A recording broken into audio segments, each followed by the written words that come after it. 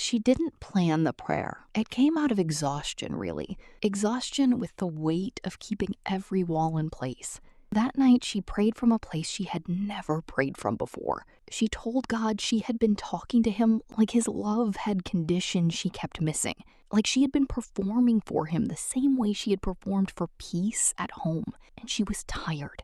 She didn't know who he really was, but she wanted to know. If he wasn't what she had grown up believing, she asked him to show her. Because for the first time, she was actually open. The prayer didn't fix everything overnight, but it opened a door that had been shut for years.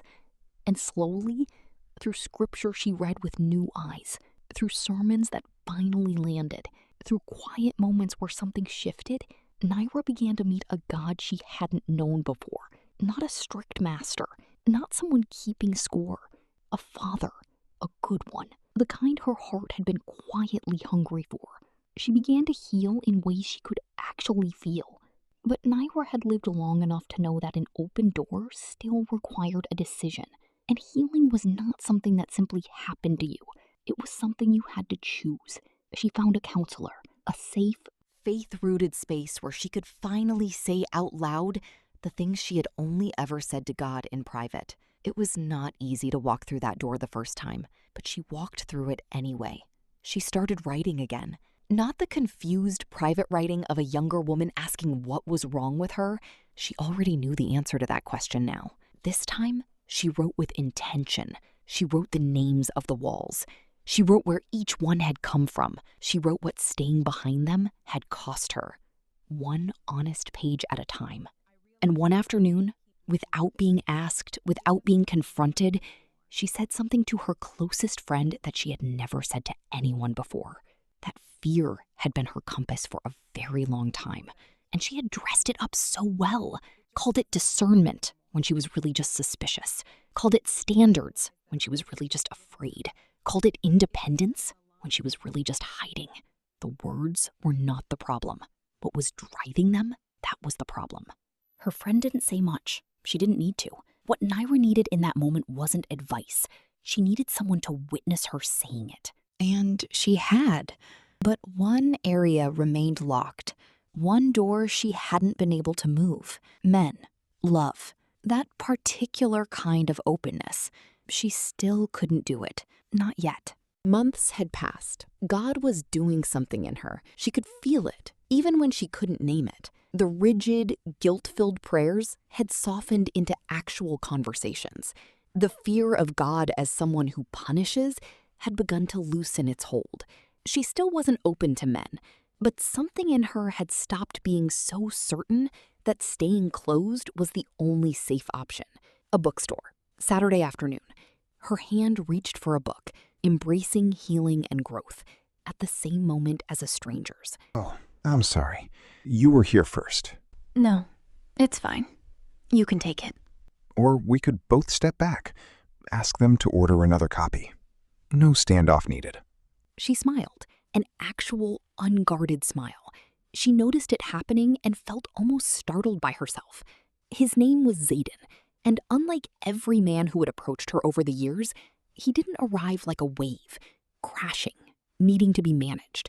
He arrived like water finding its level, patient, unhurried, certain of himself without needing her to confirm it. Weeks passed, a slow-building friendship. Zayden was intentional in a way that wasn't for show. He didn't arrive with grand gestures or too much attention. He showed up consistently.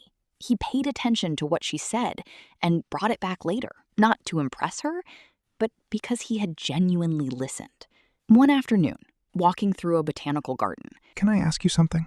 Depends on the question. What's something you've always wanted to do, but kept talking yourself out of? That's a strange question. Most people ask what you've already accomplished. I'm more interested in who you're still becoming. I've always wanted to paint.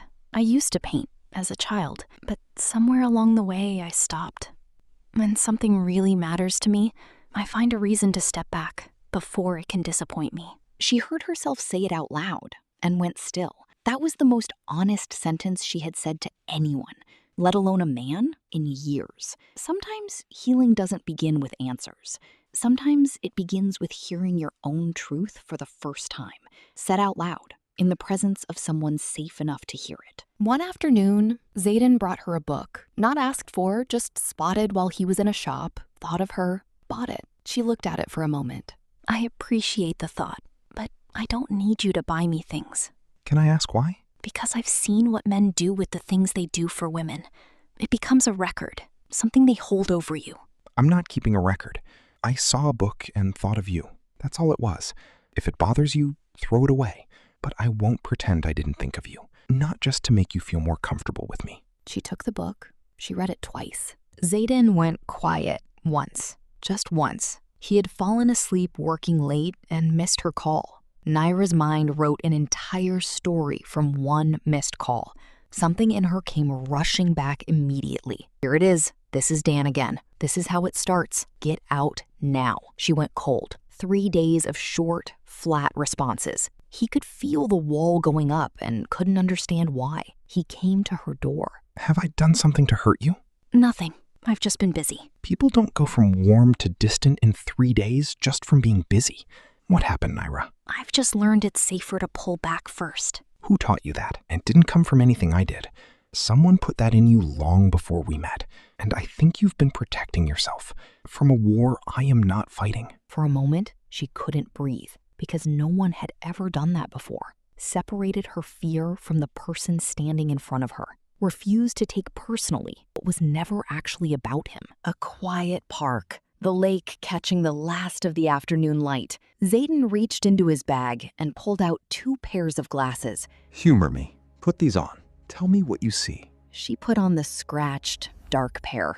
The lake looked dull, the trees gray. It's like looking at everything through mud. He swapped them for clear lenses. The lake lit up. The lake didn't change. Only the lens did. Nyrah, I think you've been looking at every man through a certain pair of glasses. Not because you chose to, because it was the only pair you were ever given. Your father's home became your lens. Everything that came after was seen through it. Dan, me, all of it. Pain does that. It whispers things to you. It says, everyone will be like him. Getting close will always cost you. You are safest alone. And when you hear that long enough, you stop questioning it. You just believe the world is as dark as the glasses make it look. The tears came before she could stop them. The quiet kind. Years of quiet kind. I don't know how to put them down. You don't fight a lie by trying harder to see through it. You replace it with truth. One truth at a time. That's not something I can do for you, but I can walk next to you while God does it. Church. Several weeks later, the pastor preached on the prodigal son and then gently moved towards something Nyrah had never been able to sit through. Notice what the father does when his son comes back. He doesn't say, let's talk about what you owe me. He doesn't bring up the money. He runs. He restores. He celebrates. That is what real love does. His love knows no limit. His forgiveness has no boundaries. Now, some of you carry a picture of God, a picture shaped by men who failed you because the father you knew was not safe. I want to speak to that today. God is not a reflection of your earthly father's failures. He is a flawless standard of fatherhood. He paused, then... And when the Bible talks about a wife submitting to her husband, read the full passage. The verse before it says to submit to one another out of love for God. That word, submission, was never meant to be about control. It was meant to be 2 people, both surrendered to God, both choosing daily to honor each other. A husband who uses that word to control someone has not understood it, not even close. A man who truly loves his wife the way Christ loved the church does not need to demand anything from her because she is safe enough to give it freely. Nyrah sat completely still. The word she had flinched from her whole life had just been shown in true light, and it looked nothing like what her father had made it. That night, Nyrah prayed without guilt leading the way, without holding herself back. Father, teach me who you actually are. A rainy evening, Nyrah finally told Zayden everything. Her father, the money, the words about women she had absorbed without knowing it, the prayers filled with guilt, Dan, her anger at God afterward. the walls she had built, and the independence she had used as a shield. All of it. When she finished, she couldn't look at him. "You're probably rethinking this friendship right now." Silence. Then Zayden's hand, steady, holding hers. I'm thinking about something right now. Someone was handed all of that pain, and she still chose to be kind. She still chose faith. She still showed up with warmth in a world that gave her every reason not to. Your past explains you. It does not define you. And I want you to know something. I am not in a hurry. I will not ask you to heal faster than you can. Not for my comfort. She had spent her whole life believing that being fully known was dangerous, that if anyone saw everything, they would leave. Zayden showed her something she had no category for. Being fully seen and being fully chosen can happen at the same time. Months later, their first real disagreement. Nothing major, two people with strong views seeing the same thing differently. But the old familiar feeling rushed into Nyrah's chest the moment voices became serious. Something in her rushed back. This is how it starts. Leave now, before it gets worse. She reached for her bag. Where are you going? Home. Before this becomes something it shouldn't. Nyrah, we are having a conversation. That's all this is. We are not falling apart. I am not angry. I am just talking to you. Come back. Let's finish. She stood frozen. There was no shouting, no anger in his eyes, just a man who wanted to keep talking. She put the bag down. That night, for the first time in her entire life, a disagreement ended in understanding instead of fear. Something shifted inside her. Not loudly, not dramatically, but permanently. Real love doesn't mean the absence of conflict. It means conflict doesn't become a weapon. And safety doesn't come from staying out of reach. It comes from finding the person who will not use your openness against you. A year later, the same park, the same lake, the late afternoon light doing what it always does in that place, making everything look more honest. Zayden stopped walking and turned to her. Then slowly, deliberately, he knelt. You once told me marriage looked like a cage. I want to ask you about that. Not to argue, but because I believe something has changed between then and now. Nyrah, I am asking you to walk beside me. I am not asking you to make yourself smaller. I'm asking if you will let me see you fully, all of you, for the rest of my life. You built a whole world on your own. It is a good world. I just want the privilege of being part of it. Nye, will you marry me? She looked at him for a long moment, not hesitating, just letting it land properly. Yes, not because I am afraid of being alone, not because I need someone to complete me, because for the first time, I actually believe something. I believe that love doesn't have to cost me who I am. I want to learn what that looks like, with you. She almost missed this, not because it wasn't meant for her, but because she had spent so long believing she wasn't capable of it, that the little girl who sat at the edge of someone else's anger had permanently decided what love looked like. But she hadn't, and neither have you. Whatever you watched in your childhood home, whatever name you gave your walls, whatever version of God you were handed that made you flinch instead of run toward him, none of it is the final word. There is a life on the other side of the fear you have been calling wisdom.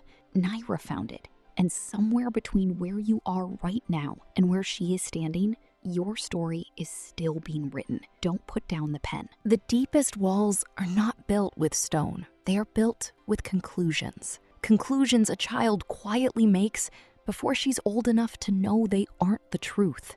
About who she is, about love, about men, about God. And then she spends years, sometimes decades, living inside those conclusions. Nyrah's story was never about finding the right man. It was about finding the courage to let the right truth dismantle the wrong ones, one belief at a time. Her father gave her her first lens. God gave her a new one. God doesn't wait for you to heal before he comes close.